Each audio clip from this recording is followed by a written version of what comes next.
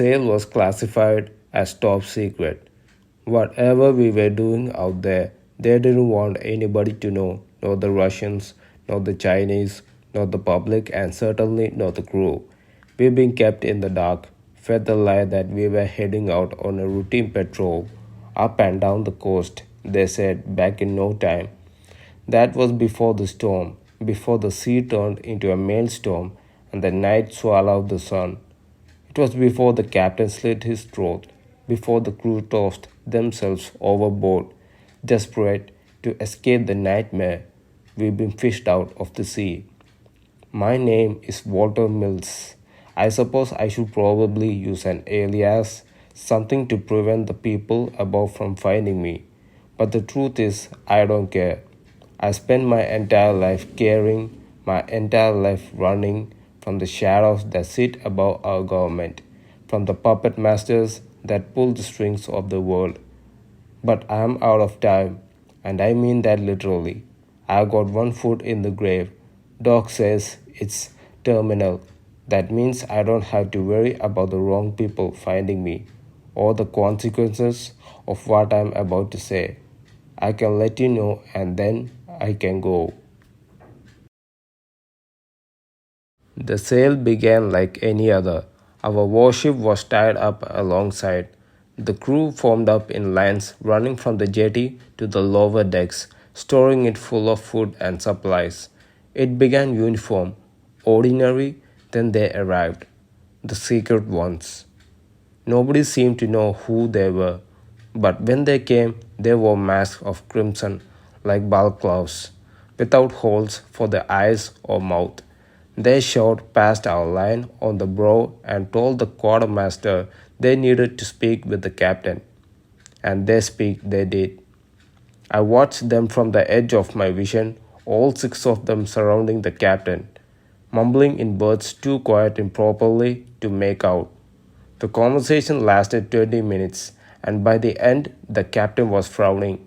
He made a call ashore, presumably to Commodore. He seemed nervous, afraid. When the call finished, he said something dismissively to the secret ones and vanished below decks. We all wondered what was going on. For those of you that have served, you know that there's two things that keep a crew extant: pirated movies and rumors. And after that exchange, the rumors flew. Some said the secret ones were special forces, so the clandestine that nobody was permitted to see their faces. Others said they were intelligence operators, people with access to such sensitive intel that knowing their face could prove a national security risk. Briggs, a stoker in the engine room, joked that they were Illuminati lizards from Mars. I didn't know what they were. To be honest, I didn't really care.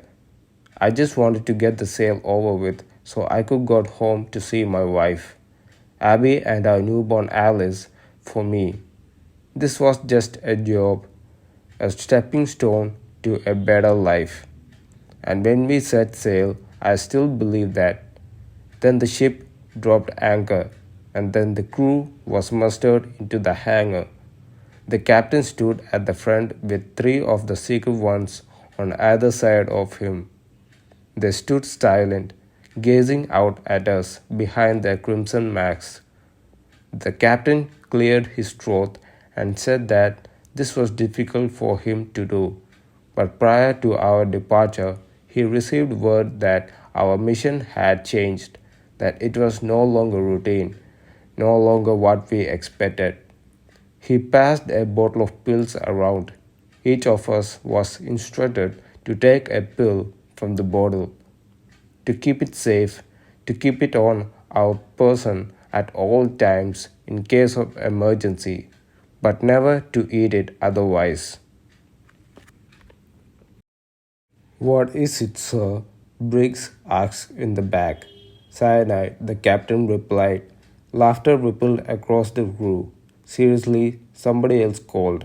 This for malaria. Are we deploying? The captain sighed, looking sidelong at the secret ones who remained silent, impassive. It's cyanide, and if you know what's good for you, you'll make sure you don't lose it. With that, he stormed off, Secret Ones in tow. That night, Briggs died.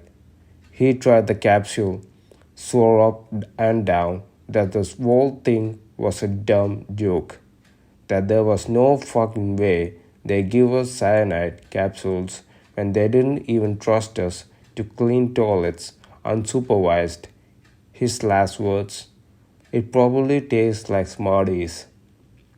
Briggs died quick. He died quick in a seething, sputtering mess of shit and bits. Once his organs gave out, it took only a matter of seconds. Carrying his corpse through the ship took minutes. Minutes that felt like hours. Once we'd make it to the med bay by the dock, tried to resuscitate him, tried pumping his stomach, but he knew as well as we all did that it was a waste of time. He was gone, long gone. After that, we all assumed we'd turn straight around and head home, that we'd drop off Briggs' body, pay our respects, and take a couple days to grieve before resuming the mission. But the captain informed us the show would go on. We wouldn't be turning around. We wouldn't be dropping off Briggs' corpse because this mission was classified as a no fail. And not only that, but the ship would be going into lockdown, shutting off all communications. River City. That meant no way to call home, no way for home to call us. We were isolated and alone. And then the captain had the nerve to tell us that things were going to get worse, that Brick's death, tragic as it may have been, was likely to be the tip of our iceberg. The crew was furious, confused, most of us all, through we were heartbroken. Many of us threw our cyanide capsules out, hating the memory they represented. 3 days passing after Brick's death, 3 days of mourning, of the ship steaming through the Pacific while its crew slowly came undone, whispering theories about what we were doing out there, about what the captain meant by things getting worse. It's China, I've overheard in the flats. They got a secret weapon and we are going to dismantle it. I saw a YouTube video on this. If they catch us through, they are gonna torture the out. So that's why they gave us the cyanide. You sound totally nuts. It's Russia, dummy. Gotta be. They are going nuclear and we got wood, so now we are out to sink their subs. What do you mean, why? Then they can second strike us after we glass them.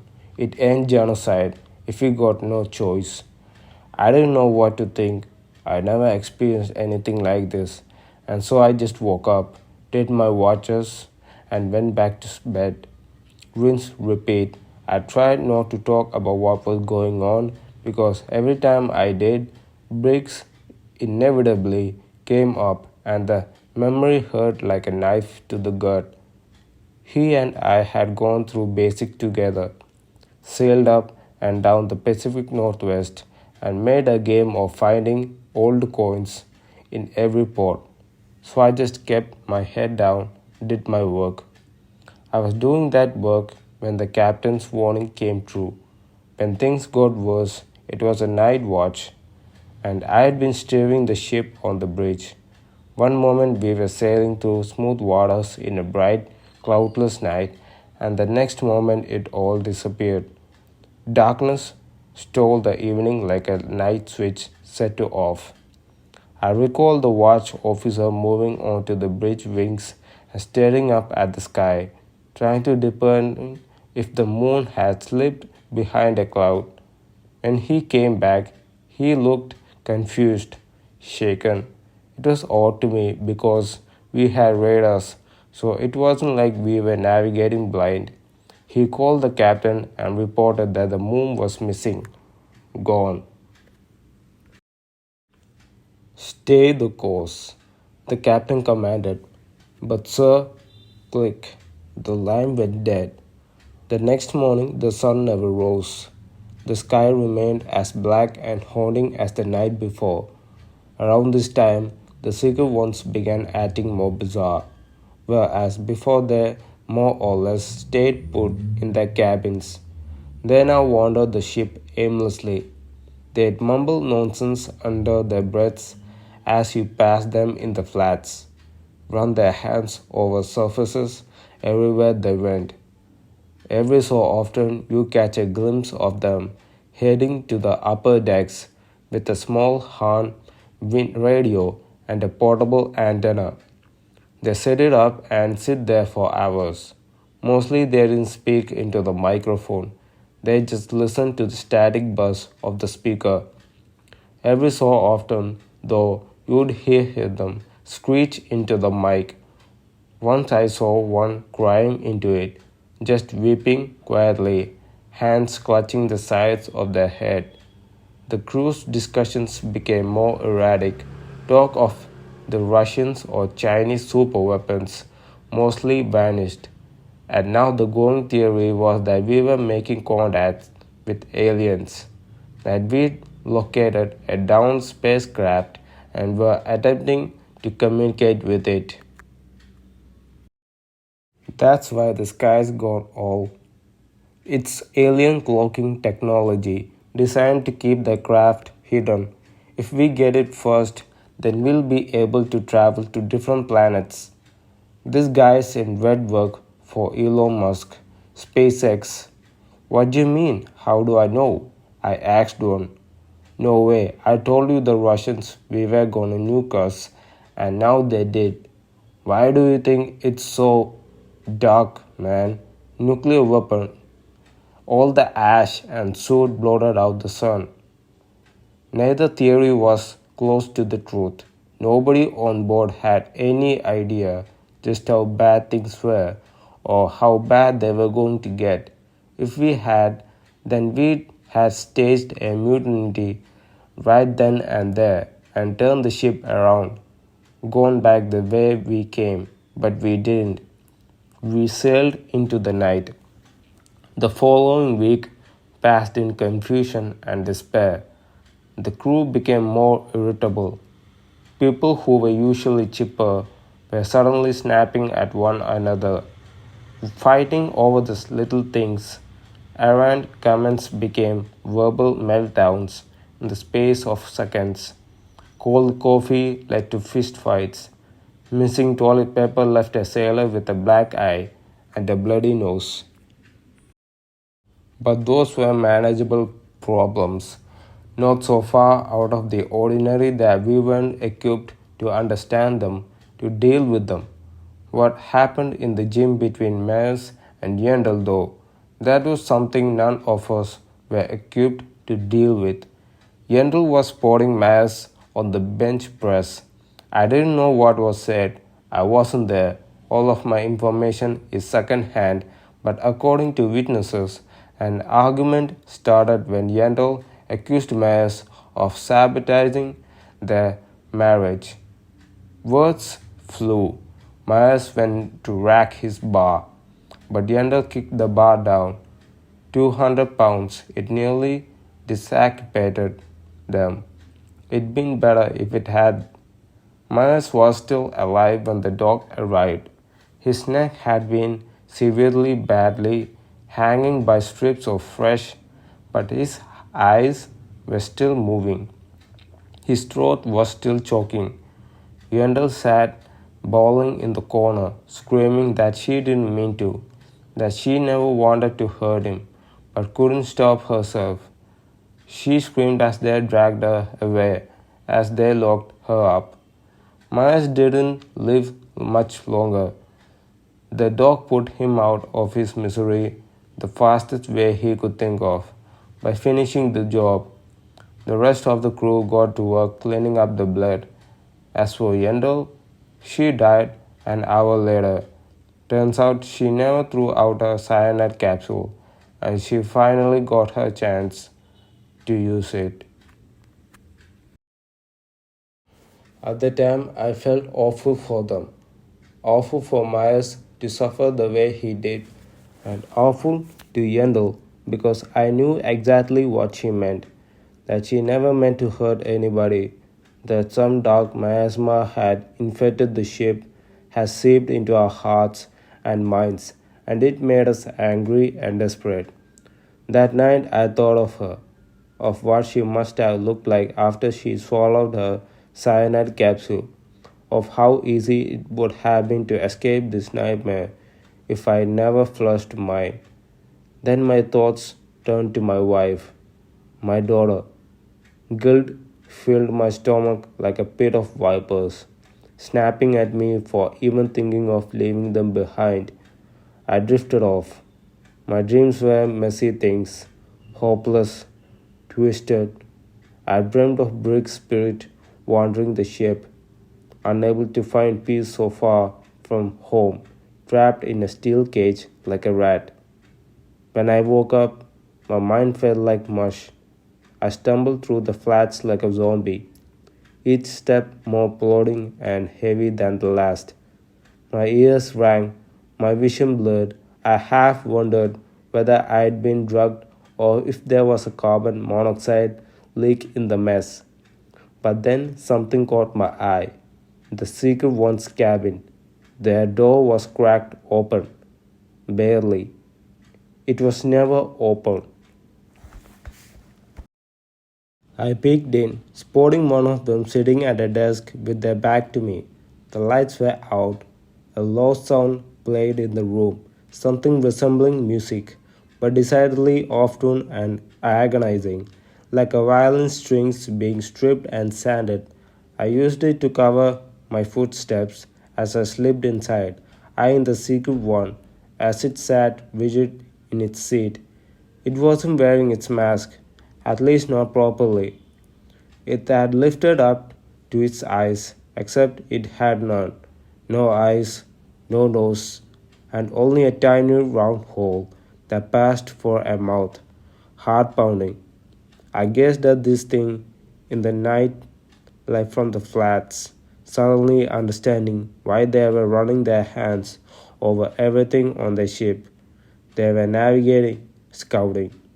It lifted a finger to its face, tracing along a series of scattered wounds, some still bleeding. With a whimper, its nail plunged into its cheek. A pool of blood formed around it. The secret once moaned. Slowly, it peeled off a small strip of flesh, then another. It placed them down on the desk, humming in tune with the distorted music, and the flesh began to writhe. It began to twist and reshape. The secret one felt it with its hands, nodded to itself. Then it pulled a file dossier from the desk, opened it up, and felt for a form before scribbling something onto it and replacing it in the drawer. The cabin door creaked open. Another secret one stood in the doorway, gazing at me through its crimson mask. It cocked its head, took a step forward. My body rippled with goosebumps, wondering if this one still had its features, its eyes. It mumbled something incoherent, and then the first turned in its seat. My skull pounded. Whatever headache I'd woken up with had worsened, and now the pain was almost blinding. I stifled a groan as the first secret one rose from its chair. It approached me, and I took a quiet step backward as it reached into the locker I'd been standing in front of. Removing a ham radio and a machete, my heart hit my ribcage once, twice, and I wanted to faint. Then both of them left the cabin, leaving me alone, along with the dossier. I gave it 30 seconds before I took another breath. Then I moved to the desk drawer, took the documents from the folder, and thumbed through them. They were written like a fever dream. Symbols, numbers, nothing about them seemed to make much sense. And it occurred to me that they were probably encrypted by some kind of code. Cursing, I stuffed them into my pocket for later analysis. I hurried to the bridge, already late for my shift. My thoughts raced as I relieved the helmsman, hastily giving my turn over report to Sandhu, the watch officer. I sat down into the chair, took the wheel, and pondered what I had seen. Were the seeker one some kind of cultist? Was Briggs right? Were we selling the goddamn Illuminati? I never got an opportunity to think it through. At that moment, the captain stumbled onto the bridge, looking like the death itself. I had heard rumors he looked unwell, but this was the first time I had seen him out of his cabin in weeks. His face was emaciated. His cheeks were so sunken that the bones looked liable to pierce his skin, and I had idly wondered if he'd eaten a full meal since we'd set sail. Evening, sir, Sandhu said. The captain mumbled something unintelligible, brushing past her and sitting down in his chair. We buckled his seat belt. Everything all right? Sandhu asked.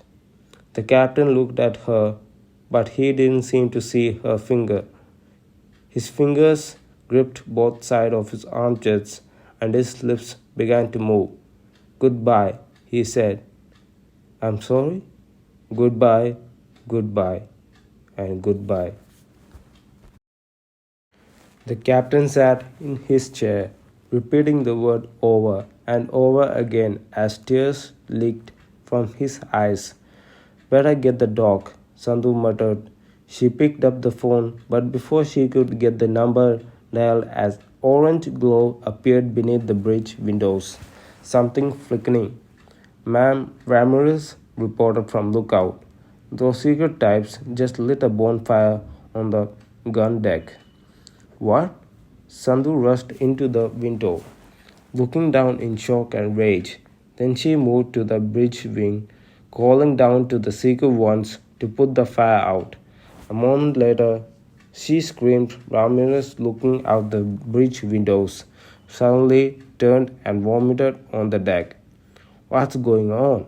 I asked, shooting up from my seat. It's Yendel, Ramirez said, wiping his mouth. It's Yendel and Briggs.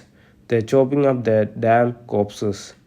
Sandhu stormed back inside, shouting at the captain, Sir, permission to mobilize an ERT and put those in confinement.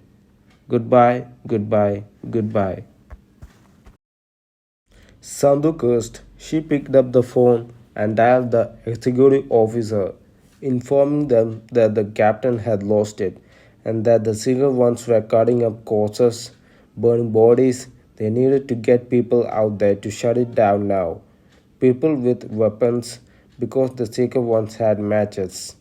The exo said they were on it, but it was too little too late.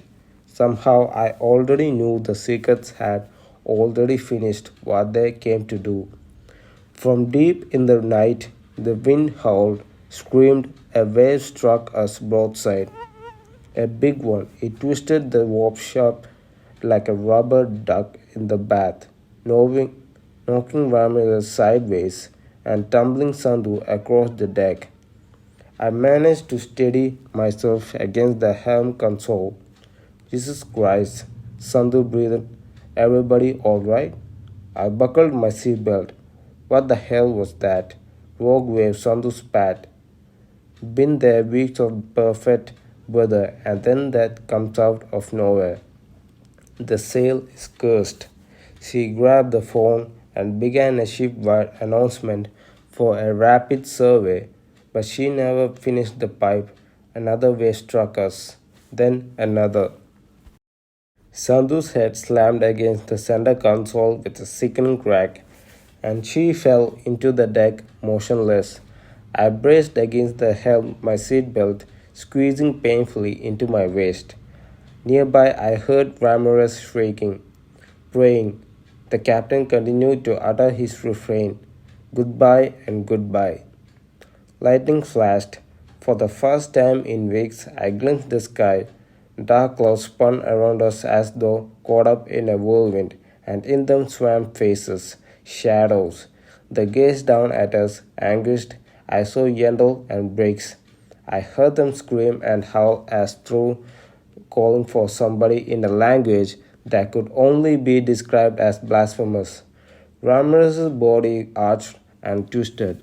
He hollered as though something were picking him apart from the inside out. I wanted to jump up and help him, but I needed to keep control of the ship.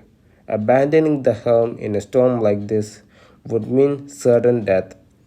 Not like this, Ramirez moaned. Tears streamed from his eyes as he gazed up on the haunting faces of the dead swirling in the sky above. I can't. His hands gripped the guardrails running along the bridge and he pulled himself slowly against the violently rocking ship, inch by inch. I gazed on helplessly as I saw him reach the hatch leading the outside bridge wings, and I knew exactly what he intended on doing. After all, Ramirez and I had flushed our cyanide capsules together. Don't, I called, but I couldn't think of anything else to add. Why shouldn't he?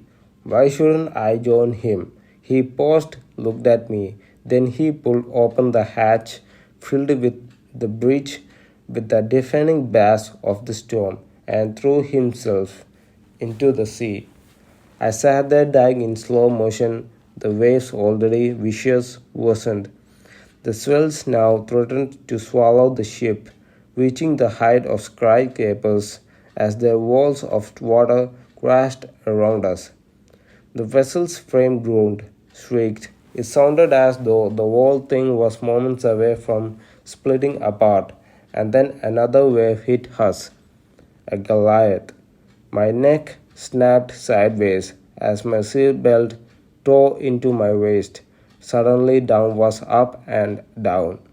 We tumbled into the rage of the sea, frigid water shattering the bridge windows, smothering the captain and I in wet darkness. In retrospect, I don't know why I held my breath after all that had happened. Drowning would have been easy, preferable, but I did. I think I held it for Abby and Alice, gurgling as I desperately attempted to get my bearings until the water began to drain. All the water in the bridge poured out of the shattered windows, along with Sando's lifeless body. I hung upside down from my seat, gasping for breath. Ahead of me, the captain did the same, appearing to have finally been shocked into lucidity.